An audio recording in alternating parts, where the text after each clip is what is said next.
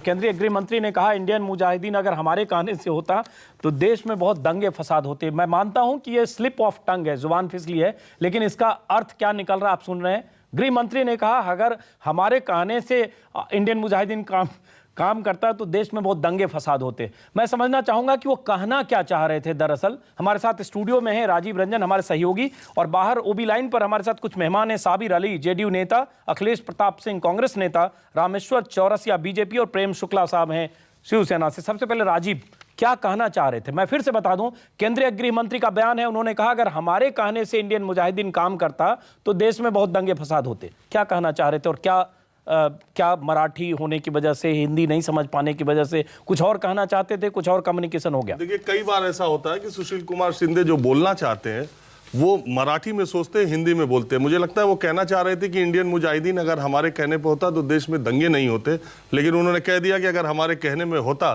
तो दंगे ज्यादा होते।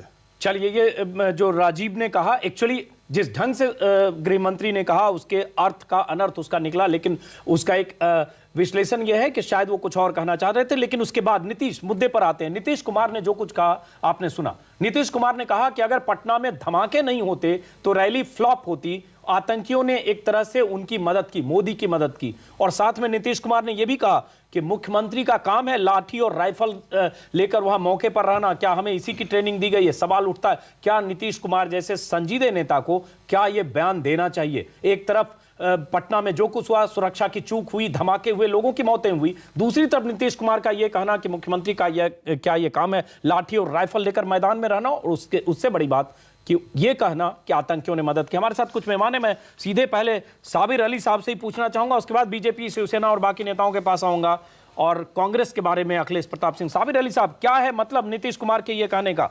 आप ही से पूछना चाहता हूं। देखिए, मतलब तो हर इंसान अपने, और जो लोग बोलेंगे अपना अपना विश्लेषण अपने तरीके से देंगे। मैं सिर्फ इतना ही कहना चाहता हूं कि नीतीश कुमार जी ने जो कहा वो सिर्फ एक बात थी। उन्होंने ये कहा कि जो नापाक काम हुआ, मैं आप ही के चैनल पे, जो अभी मेरे कान में ईयरफोन लगे हुए थे, जब मैं पूरी बात सुना तो इन्होंने कहा कि ये जो गलत काम इंडियन मुजाहिदीन या किसी भी आतंकी लोगों ने जो घटना की, उसका जिस तरह उस रैली का प्रचार हुआ उसका फायदा मिला उनको। क्या बुरा बात कह दिया? जो आपने कहा मैं उसका जवाब चाहता हूं। बाकी नीतीश कुमार ने क्या कहा उस पर भी हम आपसे जवाब चाहेंगे साबिर अली साहब, क्योंकि और भी बातें बहुत अहम है। लेकिन एक बार हम सीधा जवाब लेना चाहते हैं। जवाब देने के लिए बैठे, उन्होंने यही कहा कि रैली की जो सफलता है गिनी, और ये बात सत्य है, कोई भी रैली होती है तो उसकी तादाद की, उसकी गिनती की, भाषण की चर्चा होती है। लेकिन दुर्भाग्यपूर्ण है कि जो वहां घटना हुई, निंदनीय, काला दिवस, काला काम, मगर जितनी भी उसकी भर्त्सना की जाए वो बुरा काम हुआ। तो नीतीश कुमार को इसकी जिम्मेदारी लेनी चाहिए कि सरकार नाकाम हुई, सरकार विफल हुई, सरकार से सुरक्षा की चूक हुई, बजाय इसके ये कहना कि आतंकियों की वजह से उनकी रैली हिट हुई। सुरक्षा की जो चूके उसकी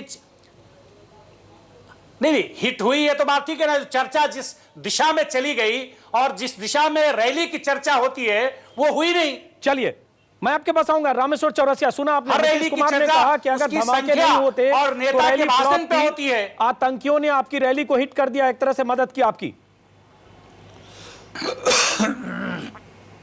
नहीं, मदद नहीं, लेकिन चर्चा की विषय जो था वो चेंज हो गया। एक मिनट, रामेश्वर चौरसिया। सच में अंजुम जी, ये सवाल तो ये लोकतांत्रिक तरीके से चुने हुए एक मुख्यमंत्री हैं पटना में, ये तो सवाल आपको नीतीश जी से पूछना चाहिए कि अगर देश का मुख्यमंत्री और देश का गृह मंत्री इस तरह का भाषा बोलने लगेगा तो आखिर जनता ने जिनको चुना है, आखिर आतंकवाद से मुक्ति के लिए कौन काम करेगा? सवाल ये है कि रैली होती है, ये नहीं कहा जाता है कि जिम्मेवारी जिसकी होगी उस पर हम कार्रवाई करेंगे, हम किसी को छोड़ेंगे नहीं, जितने लोग पकड़े गए क्रैक डाउन करेंगे।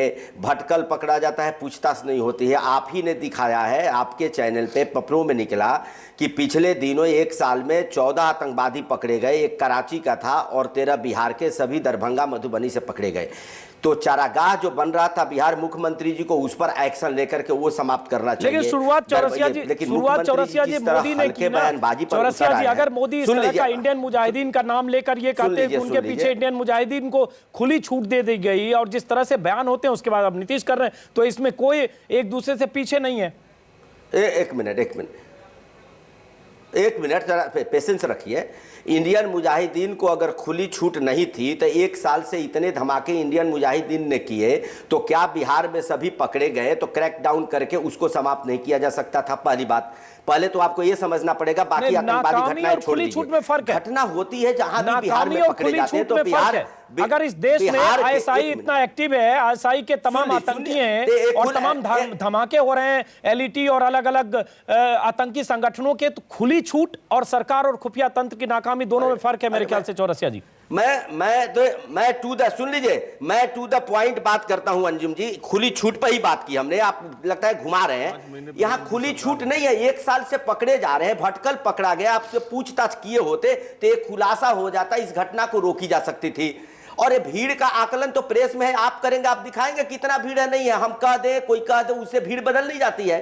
आपको पता होना चाहिए कि 9:30 बजे धमाके हुए, पूरे टीवी पर चलने लगा।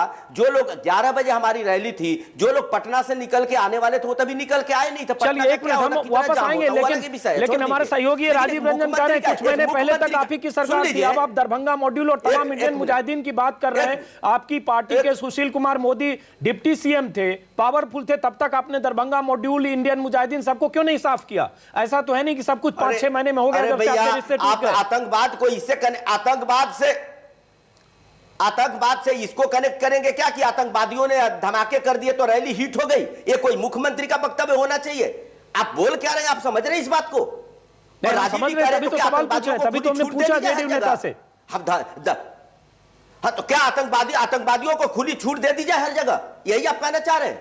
हमारी ही रैलियां होंगी, और की रैली नहीं होगी, तब नीतीश जी अपने रैली में आतंकवादियों से बम फोड़वा ले और हिट हो जाएगी। लेकिन कौन सी भाषा है? पहले ये चौरसिया जी, लेकिन मोदी ने भी जिस ढंग से कह दिया कि अगला चुनाव सीबीआई और इंडियन मुजाहिदीन लड़ेगा, ये भी तो बहुत अतिरेक की भाषा है ना, एक्सट्रीमिस्ट लैंग्वेज है, एक्सट्रीमिस्ट बयान है कि इंडियन मुजाहिदीन चुनाव लड़ेगा। तो जब आप बयान देते हैं, एक तरफ आप बयान देते हैं, दूसरी तरफ बयान में उसी तरह का बयान आता है। जिस तरह का मैं उसी पा रहा हूं, ठीक, अपनी बयान पा रहा हूं। जिस तरह से सीबीआई का मिसयूज हो रहा है इस देश में कोई आज नहीं है। सुप्रीम कोर्ट ने लथाड़ लगाई सेंट्रल गवर्नमेंट को, हमें कहने की जरूरत है क्या? हम सीबीआई की बात कर रहे हैं, हम इंडियन मुजाहिदीन की बात कर रहे हैं। इंडियन मुजाहिदीन के नाम का इस्तेमाल करके जो राजनीति हो रही है उसकी बात कर रहे हैं। चौरसिया जी, मैं एक मिनट रुकिए, आपके पास आऊंगा, लेकिन अखिलेश प्रताप सिंह, अखिलेश जी, हम उसी पर आ रहे हैं जी, मैं आपके पास आऊंगा, मैं आपके पास आता हूं, एक मिनट। जिस तरह से सीबीआई का मिसयूज किया गया, मुलायम मायावती को क्लीन चिट दी गई, इंडियन मुजाहिदीन पर एक्शन नहीं हो रहा थी, क्या हो रहा है? मतलब इंडियन मुजाहिदीन चुनाव लड़ेगा, इस तरह का बयान नरेंद्र मोदी देते हैं, आप जस्टिफाई करते हैं इसका मतलब? तब तो फिर नीतीश कुमार भी कर रहे हैं, उनके भी अपने जस्टिफिकेशन आपके पास वापस आएंगे। अखिलेश जी, एक मिनट, अखिलेश जी, जिस ढंग से, अखिलेश जी, हालांकि नीतीश कुमार से आने वाले समय में कांग्रेस की दोस्तियां हो सकती है, लेकिन जिस ढंग से नीतीश कुमार ने आज कहा है कि आतंकियों ने बीजेपी की मदद की और रैली में धमाके ना होते तो रैली इतनी हिट नहीं होती, और साथ में यह भी कि मुख्यमंत्री का काम नहीं है राइफल और लाठी डंडे लेकर मैदान में रहना, हमारी उसकी ट्रेनिंग नहीं हुई, क्या आप नीतीश कुमार के इस बयान की तस्दीक करते हैं, सही मानते हैं? पहले जो भाजपा के हमारे साथी कह रहे हैं आईएम के रोल के बारे में, उनके कहे पे आप कुछ तो यकीन कर लीजिए, क्योंकि जिसको हिंदुस्तान की सेनाओं ने पकड़ा था उन्हें ये कंधार छोड़ के आए, तो हो सकता है उस रिश्ते के नाते इनको कुछ सूचना देते रहते हों, तो इनकी बात को थोड़ा सा गंभीरता से ले लीजिए, क्योंकि रिश्ते हैं इनके। पहुंचाया था, बात घुमाने की इजाजत हमें भी देनी पड़ेगी आपको, हम भी कंधार जाएंगे, फिर हम कंधार पर भी आएंगे। ये बता रहे हैं कि भटकल, शोर न मचाएं, ये बता रहे हैं कि भटकल से जांच पड़ताल पूछ ही नहीं हुई। कितना कंफ्यूजन क्रिएट करने का ये लोग प्रयास करते हैं। सारे मीडिया रिपोर्टिंग हुई कि भटकल की कहाँ कहाँ किसने किसने पूछताछ की, कै दिन कस्टडी में था, रिमांड पर था, और कुछ चीज़ें लीक भी हुई, क्या क्या उसने बताया, उसको गुमराह करने का प्रयास कर रहे हैं। तीसरा सवाल जो मूला आपने किया, किस सवाल के जवाब में मुख्यमंत्री ने ये कहा कि हम लाठी लेके खड़े हों क्या? हमें नहीं पता, लेकिन अगर इतना ही बोला है एक मुख्यमंत्री को नहीं बोलना चाहिए। मुख्यमंत्री का ये कर्तव्य है कि प्रदेश में जहाँ कहीं भी कानून व्यवस्था बनानी है, सत्ता उनको दी गई है, तो इसका मतलब ये नहीं है कि लाखों सिपाही आप ही हैं। आपकी व्यवस्था, आपके फोर्स, आपके लोगों का है। ये वक्तव्य मुख्यमंत्री को चलिए, आप शोभा कम से कम माना, जिम्मेदारी दी गई है। क्योंकि फिर तो उसका कहीं भी ट्रेन देखना की होगा घटना होगी और रेल मंत्री से कहेंगे तो रेल मंत्री कहेगा गार्ड का काम हमारा काम नहीं और सिग्नल देखना हमारा काम नहीं। चलिए अखिलेश जी, आपने कम से कम माना। प्रेम शुक्ला जी, आपके पास आता हूं। प्रेम शुक्ला, मुझे लगता है कि हाल में जिस ढंग से घटना हुई, जी को करेक्ट कर दूं, एक लाइन। जी जी अजीत जी मैं करेक्ट कर दूं, बात नहीं कर रहा हूं। अखिलेश जी ने जो बोला, अखिलेश जी बढ़िया से पहले सुन लिया कीजिए। मैंने बोला अगर पकड़ा गया भटकल उस ब्लास्ट के बाद गया के, तो बिहार सरकार ने पूछताछ नहीं की। एनआईए और बाकी राष्ट्रीय एजेंसियां जिनका काम थी वो उस पर काम कर रही थी, हम उस पर आएंगे। एनआईए और जो बाकी एजेंसियां थी वो अपना काम कर रही थी। प्रेम शुक्ला, आने वाले समय में चूंकि आप लोगों को ये सूट करेगा कि भटकल से पूछताछ नहीं हुई, बाकी इंडियन मुजाहिदीन को छूट दे रखी है, या इस तरह के जो आतंकी संगठन है उसका नाम बार बार लेना, चुनाव के समय एक माहौल बनाना कि ऐसे संगठनों जिससे एक कौम या एक समुदाय विशेष को जोड़ा जाता है उसको चिन्हित करना, ये एक तरह की राजनीति नहीं है? प्रेम शुक्ला जी, नहीं, अगर आपको कांग्रेस के लोगों को और जनता दल यूनाइटेड के लोगों को लगता है कि ये सूट करेगा, तो उनको उनके खिलाफ जबरदस्त कार्रवाई करनी चाहिए ताकि सूट न करे। देखिए, आक्रमणीयता का आक्रामक होना अत्यंत दुर्भाग्यपूर्ण है। मुझसे गलती हुई है, मुझे उस गलती की सुधार करनी चाहिए, क्योंकि किसी भी राज्य में आतंकी वारदात होना, सांप्रदायिक वारदात होना अच्छी बात तो नहीं है। आप गुजरात की 2002 से 2013 तक निंदा क्यों कर रहे हैं? क्योंकि आपको लगता है कि वहां प्रशासन के स्तर पर कुछ चूकें हुई हैं। लेकिन आप नहीं कर रहे ना, आप मान लीजिए, तो इसका मतलब आप मान रहे हैं ना कि आप नहीं कर सकते ना।